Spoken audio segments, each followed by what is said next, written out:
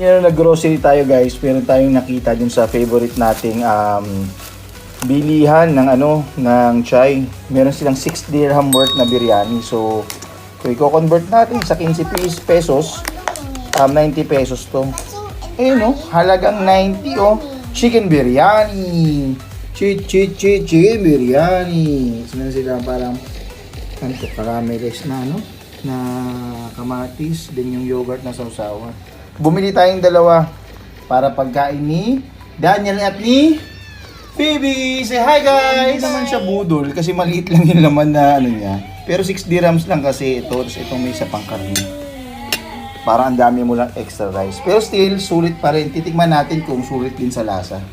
Kagaya nung compared doon sa binibili natin sa Calico dun sa kay Phoebe. Okay naman yung lasa. Mas